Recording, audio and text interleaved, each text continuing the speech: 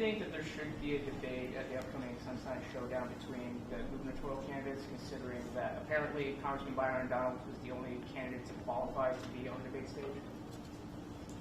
Yeah, there should be a debate. They said they were going to do a debate.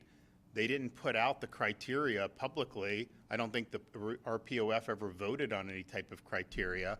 I've heard secondhand what the criteria was. I wouldn't have qualified when I ran in 18 for what they were trying to do. And so it's counterproductive when you try to engineer an outcome, because you need a coalition of voters to do well. And this may be a tough cycle for Republicans if you look at some of the indicators, the way things are trending.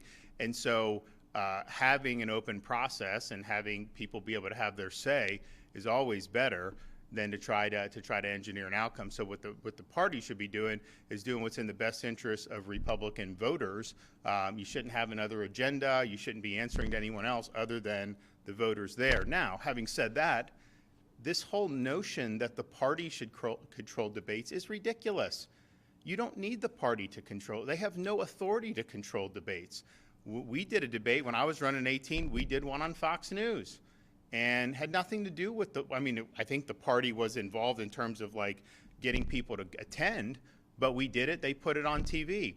And so you can do something like that having nothing to do with the party. The party has a very limited role.